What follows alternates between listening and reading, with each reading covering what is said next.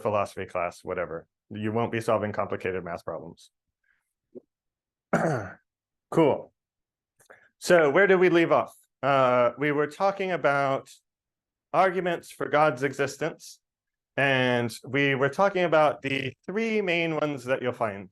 And the main ones are the cosmological argument. I don't think that's very well named. The teleological argument, also called the argument from design, and the ontological argument. So last time we covered completely the cosmological argument. It was pretty boring. It just said, well, look, the things that happen now are caused by stuff that happened in the past. The stuff that happened in the past was caused by even earlier stuff, but causes can't go back forever. Therefore, there must be a first cause. That first cause must be God. And we pointed out some problems with that. We said, well, why assume that the first cause must be God? Maybe the first cause of everything was just the initial conditions of the universe right before the Big Bang. Why think that whatever that was like is God? So that's one thing. Another thing is it really true that causes couldn't go back forever? There's not necessarily an argument for that principle. It's sort of assumed by part of the argument. So we looked at that one.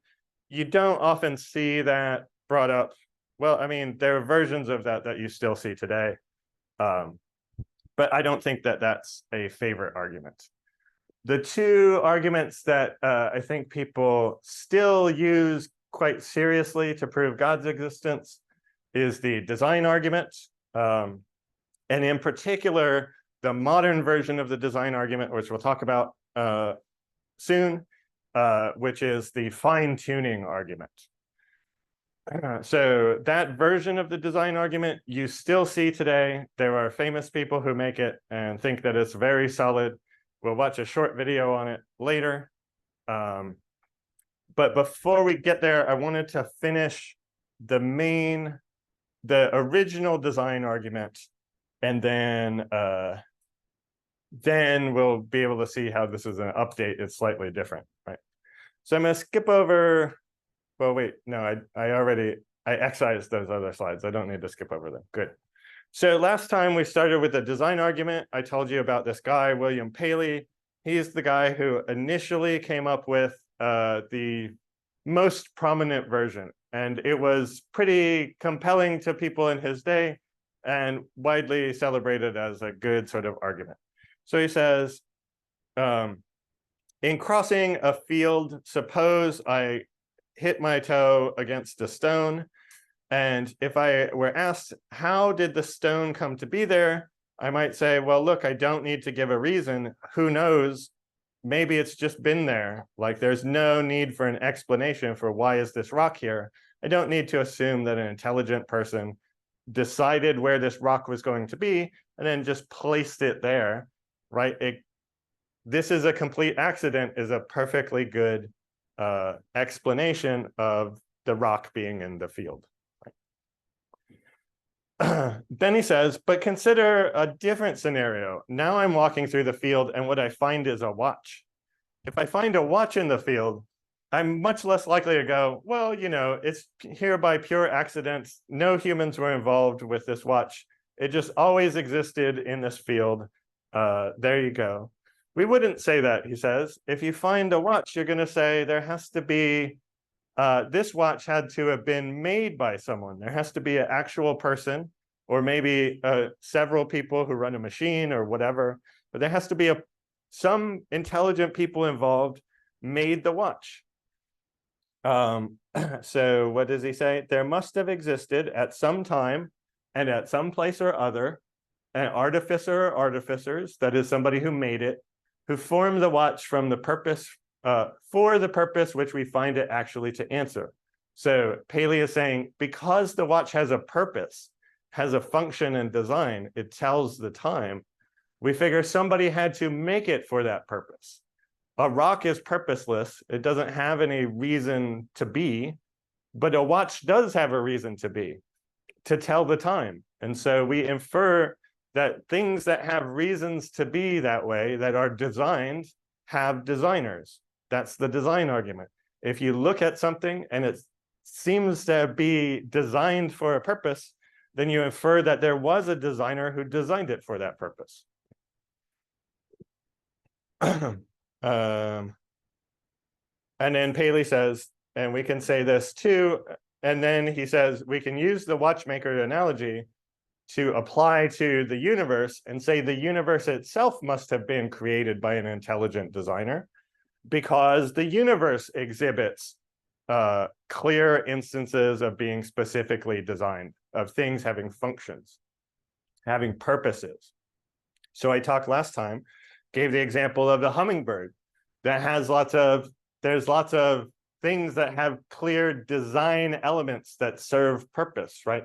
Its long beak and long tongue serve the purpose of allowing it to drink nectar from flowers. Its ability to fly serves the purpose of allowing it to get up to where the flowers are. Its ability to hover and beat its heart really fast so that it can hover serve the purpose of allowing it to spend enough time in the air to drink all the nutrition in the flowers. Its coloring serves the purpose to disguise it from other predators that might want to eat it, right? So it's the same color as a tree. It looks like, for all the world, that somebody made this thing, right? Every little part of it seems designed for a very specific purpose. Its beak is designed for drinking nectar. Its wings are designed for flying and hovering. This just seems like a designed object, right? And for quite a while, this seemed like a very compelling argument. You point at some aspect of nature and say, doesn't that look extraordinarily designed? Then must not there be a designer? And wouldn't that designer be God? If there is a being that for every animal decided, I want to make this animal this way for this purpose, et cetera, then that sure sounds like a creator God, right? Maybe we haven't proved that it's all powerful, but that thing would be very powerful. It would be involved with the creation of all the animals and plants in nature. That sounds a lot like what somebody might think of as a God. Right? So pretty strong argument that Paley introduces, and it was pretty compelling in terms of the intellectual history of things. People liked Paley's argument. They thought it was great, and they were happy to repeat it. Right? Okay. So I guess this is from the reading. Here's how Connie puts it. The universe exhibits intricate machine-like structure on every scale of space and time. I'd like to really focus on the natural universe and elements of design there, because it's not as clear to me that like just the planets orbiting around the sun is the sort of thing that I look at it and say, clearly this is designed for a purpose. Like, what is the purpose of the planets orbiting the sun? It may be very beautiful, may be very machine-like, but it's not clear that that tells me that there's a designer. However, looking at the hummingbird, I find it very difficult, at least pretending that I lived back then, I find it very difficult to understand how the hummingbird could have come to be unless the hummingbird were designed.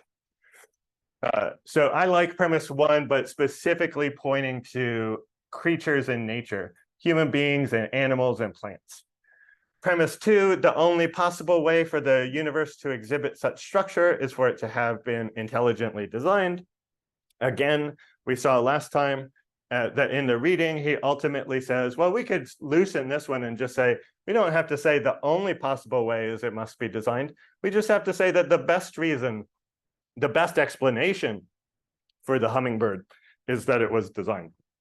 And then we can get the conclusion that the universe, or at least large parts of it, were intelligently designed.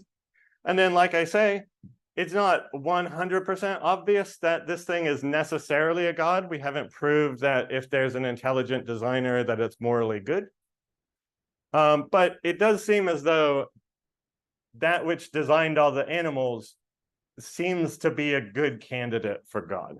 So this argument seems to suggest, by just looking at the evidence from nature itself, that God exists. And I think we ended about here. when I said Hume was one of the early people who responded to Paley and said, I don't like this argument. I don't think it shows that God exists. So Hume is writing before Charles Darwin, and Hume says the following things. So he says, first of all, we've experienced watchmaking before. So when I see a watch, I know that there's a watchmaker because I know about watchmakers and that sort of history. But I've never seen a universe maker before. So why should looking at the universe, even if it's intricate, that lead me to say there must be a universe maker? How would I know? What would such a thing be like? So that's kind of a weak argument. But then Hume gives several other objections to the design argument. So he says, first of all, most watches are designed by committees of people, right? So when I find a watch in the field, normally I say there must be a large number of people involved in the production of this watch. So why isn't my conclusion to the design argument that there must be a bunch of intelligent designers rather than one? So the argument doesn't show that God exists. It just shows maybe that there were an army of magical creatures that made all the stuff in the world or something like that. Secondly, Hume points out that watches are often imperfect. And so because their designers are imperfect.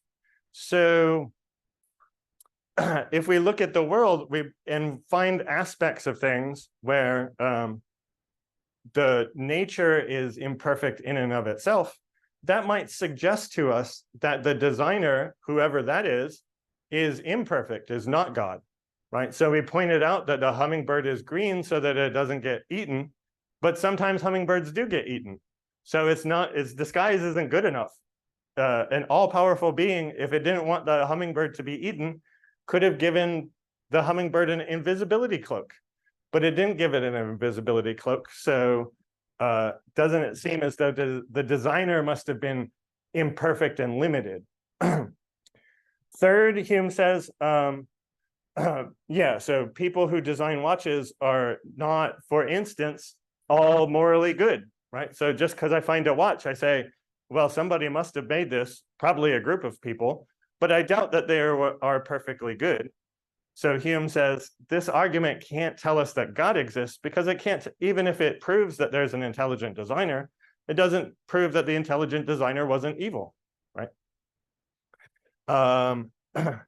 Finally, Hume says, this argument doesn't tell us that God exists. Even if we forget all the other arguments that I've given, watches can be designed by people who died.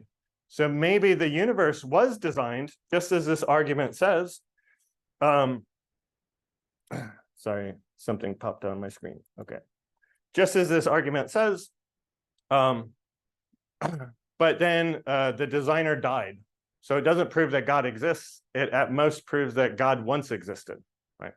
So Hume says the argument doesn't really get us to God's existence.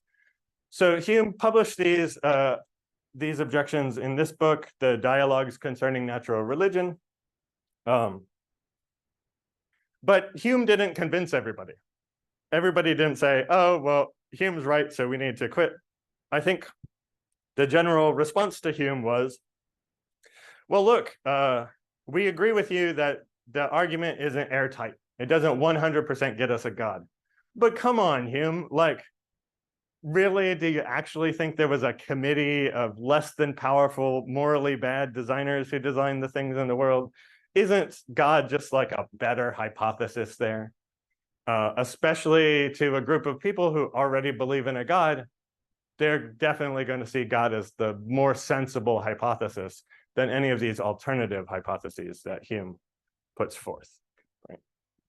So the big nail in the coffin for the design argument really came with the publication of Darwin's On the Origin of Species. Right? And this is why, if you want to know the history, why do religious people dislike Darwin?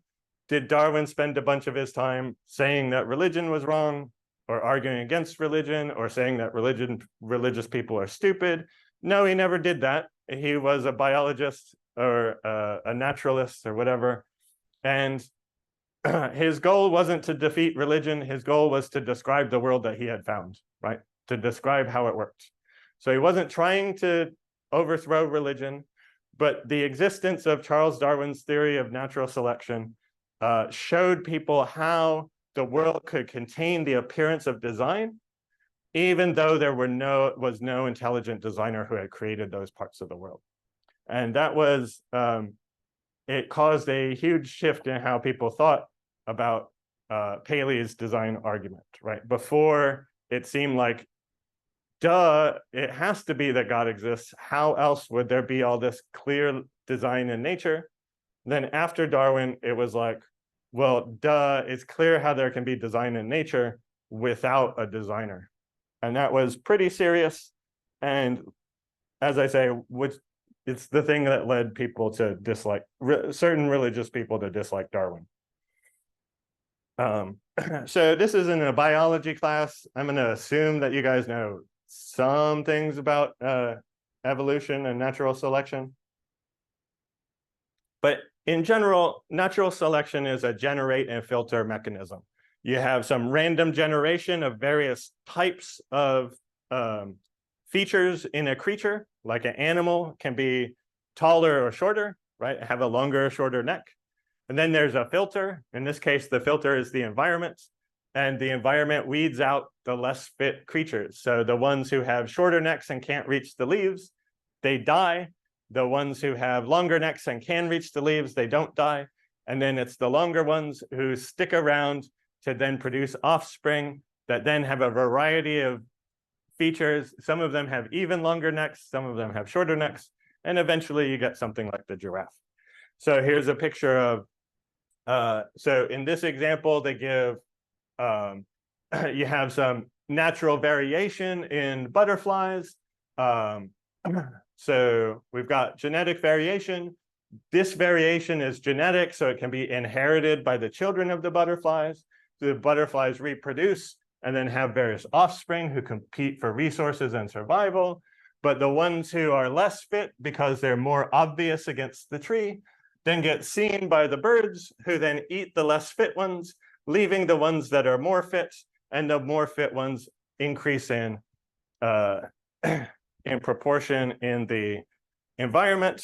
And over time, over millions of years, small incremental changes, like this is just involves a change in color, but small incremental changes can eventually lead to speciation, where you have one group of animals starts out, and then they get separated, for instance, by a river or mountain. And then these ones evolve along some path, these ones evolve along a different path. And that's how you get the infinite variety of creatures that we see today. And this is widely accepted as the scientific explanation for the origin of species and for specific design and function, right? Hummingbirds who had longer beaks could get further into the flowers and drink more of the nectar. So they were selected for over other hummingbirds that had shorter beaks. Over time, this increased their beaks and their tongues to an extraordinary extent that we see today. But that can be fully explained by looking at the natural history of selection, right? And at the same time that Darwin was writing, there were a bunch of other scientific changes that occurred. In geology, one of Darwin's friends was Charles Lyell. He had discovered that the Earth was very, very old. And at the time, many people living in Western Europe had the idea that the Earth was only about 6,000 years old, because the story of the Bible seems to take about 6,000 years from beginning to today. But people discover, wait, the Earth is not just thousands of years old, and not even tens of thousands of years old, and not even millions of years old, and not even tens of millions of years old, but much, much older than even that. Once we realized that we were living in geologic time, it became easier to see how these sorts of small mutations, small adaptations could lead up to the diversification of species in the world. Right. Okay, so Darwin does explicitly talk about the relation between natural selection and sorry, Paley's argument. I was just checking the time. He says the old argument of design in nature as given by Paley, which formerly seemed to me so conclusive. So Darwin says, when I was young, I believed that Paley was right. He says, now this argument fails. Now that the law of natural selection has been discovered, this law fails, or this argument fails. We can no longer argue that, for instance, the beautiful hinge of a bivalve shell, he's talking about a particular type of mollusk, must have been made by an intelligent being, like the hinge of a door by man. So he's basically giving the watch analogy, but he's talking about door hinges or whatever, right? Then he says, there seems to be no more design in the variability of organic beings and in the action of natural selection than in the course which the wind blows. Everything in nature is the result of fixed laws, right? So that was Darwin says, well, once we have my theory of natural selection and how species can diversify, we no longer need the supposition of an intelligent designer, and thus the entire thrust of the design argument just falls apart, right? And that's in general the belief that I would say that's largely the consensus belief, is that the design argument was compelling when it came out because people couldn't think of another way for nature to exhibit the apparent design which it did. But then when Darwin proposed his theory of natural selection and everyone accepted it, then we all of a sudden had a different mechanism for understanding design in nature that didn't require an intelligent designer, that took out the thrust of this argument for God's existence, but it didn't prove that God doesn't exist. It didn't make everybody an atheist, et cetera, et cetera. It just said this one argument doesn't work. All right, questions so far? Yes. So that Darwin is only against the design arguments, but not the existence. Yeah, so Darwin never spent time arguing against the existence of God. He personally did have a crisis of faith where he was concerned that he didn't believe personally in God, but he didn't write any writings telling other people God doesn't exist or anything like that, right? Cool. Okay, so now we are going to get into the second version of the design argument, but I would like to take a 10-minute break and then we'll come back and do that.